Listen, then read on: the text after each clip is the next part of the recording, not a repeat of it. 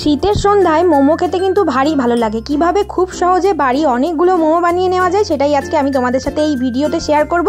কেউ পুরো ভিডিওটা না দেখে স্কিপ করবে না। চলো তাহলে শুরু থেকে শুরু করা যাক। বলো কেমন আছো সবাই? আজ তার নতুন একটি ব্লগে তোমাদের সবাইকে স্বাগত জানাই।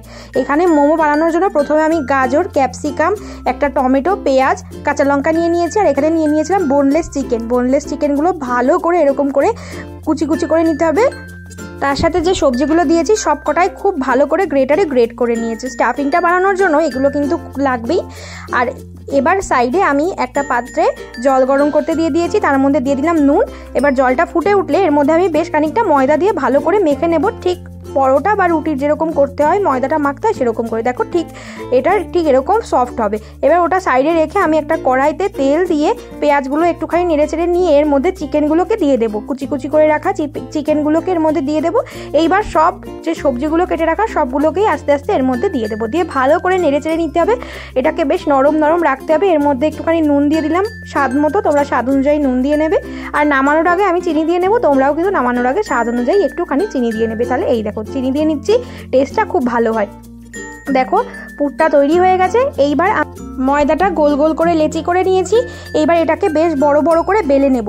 নিয়ে একটা বাটির সাহায্যে এটাকে সুন্দর করে গোল শেপে কেটে নেব। গোল শেপে কাটতে না চাইলে ছোট ছোট লেচি করে লুচির মতো করেও করতে পারো, কিন্তু এই গোল শেপটা করলে প্রত্যেকটা সাইজ একই রকম হবে। সেই কারণে আমি এই প্রসেসটা ফলো করছি। তোমরা চাইলে ছোট ছোট লেচি করেও কেটে নিতে পারো, সেটাও হয়। এবার এটাকে ভালো করে কেটে নেব। এইবার চলো দেখে নিই এটা কিভাবে বানাতে হবে। এই মেন মোমো বানানোর এটাই মুশকিলের ব্যাপার। অনেকগুলো দেখো হয়েছে। মোমো বানাতে গেলে এই যে পুরটা ভরতে হয় এই পুর ভরাটাতেই মানে সবাই এই ভাঁজটা করতে পারে না। তো এখানে প্রথমে আমি একটা দেখতে পাচ্ছ নিয়ে নিয়েছি ছোট গোল লেচি যেটা বেলে রেখেছিলাম। এবার এর মধ্যে বেশ পরিমাণ পুর দিয়ে নেব। পুরটাতে কিন্তু মেন টেস্টটা বিলং করে। পুরটা দিয়ে নিলাম। এইবার এটাকে কিভাবে ভাঁজ করব সেটাই তোমরা ভালো করে দেখে নাও। আমি তোমাদেরকে দুবার দেখিয়ে দেবো। একটু জল নিয়ে নিয়েছি, এক সাইডে জলটা একটু ভালো করে মাখিয়ে নেবো যাতে এটা ভালো করে সেট হয়।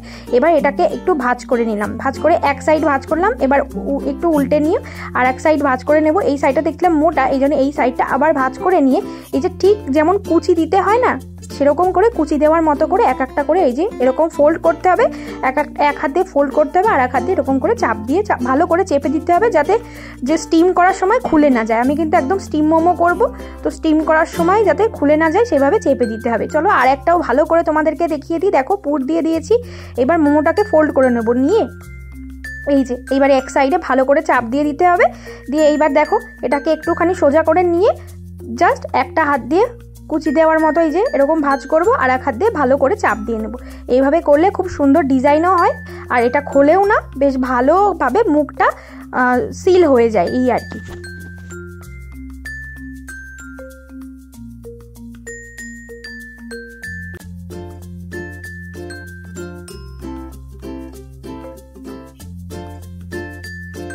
তো দেখো ফাইনালি এইভাবে আমার সব মোমোগুলো তৈরি হয়ে গেছে। আর এবার এগুলোকে স্টিম করতে দিতে হবে। ঠিক এই প্রসেসেই ফ্রাইড মোমো করে, তেলের মধ্যে ভেজেও এটাকে খাওয়া যায় ফ্রাইড মোমো করে। তো আমি এটা স্টিম মোমো করব। স্টিম মোমো খেতে ভালো লাগে। তো এখানে আমি রাইস কুকারে করব, সেই কারণে আমার এই রাইস কুকারের এই যে এইটার উপরে ভালো করে অয়েল ব্রাশ করে দিলাম। তাহলে এটা যখন স্টিম হয়ে যাবে ভালো উঠতে খুব ভালো হবে। এইবার মোমোগুলোর ওপরেও অয়েল ব্রাশ করে নিচ্ছি। এটা অপশনাল, এটা অনেকে করে না, বাট এটা করলে টেস্টটা আরও ভালো হয়। একটুখানি অয়েল ব্রাশ করে নিলে আরও বেশ ভালো হয় টেস্টটা।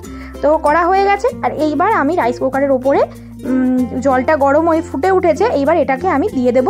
দিয়ে ঢাকনি চাপা দিয়ে মোটামুটি 10 থেকে 12 মিনিট মতো রেখে দেবো।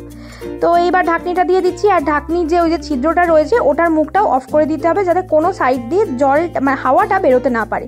দেখো এই যে সিল করে দিয়েছি, ভালো করে মুখটা এটা দিয়েছি। এইবার 10 মিনিট পর দেখো কি সুন্দর সফট হয়েছে। মোমোগুলো কিন্তু ভারী সফট হয়েছিল। আমি তোমাদেরকে ভেঙে দেখিয়ে দেবো। দেখো এই যে এবার একটা প্লেটে তুলে নিচ্ছি। মোমোগুলো ভীষণই সফট হয়েছিল, খুব ভালো হয়েছিল, খেতেও ভীষণ ভালো হয়েছিল। তো দেখো ফাইনালি সব মোমো রেডি হয়ে গেছে। চলো এবার একটা খেয়ে দেখা যাক কেমন হয়েছে। তো সত্যি বলছি খেতেও ভীষণ ভালো হয়েছিল, ভীষণই টেস্টি হয়েছিল। তোমরা যারা ফেসবুক থেকে দেখছো অবশ্যই লাইক করবে, ফলো করবে। আর কমেন্ট করবে। আর যারা ইউটিউব থেকে দেখছো তারা এক্ষুনি একটা সাবস্ক্রাইব করে দেবে, আর লাইক কমেন্ট তো অবশ্যই করবে। তো দেখো কি সুন্দর সফট হয়েছিল, ধরলেই কি সুন্দর করে ভেঙে আসছিল। দেখো আমি হাত দিয়েও ভেঙে তোমাদেরকে দেখিয়ে দিচ্ছি, খুব সুন্দর সফট হয়েছিল আর খেতেও ভারী টেস্ট হয়েছিল। এখানে আমি সস একটু নিয়েছিলাম, টমেটো সস, আর একটুখানি মেয়োনিজ নিয়েছিলাম, খেতে ভারী ভালো লাগছিল।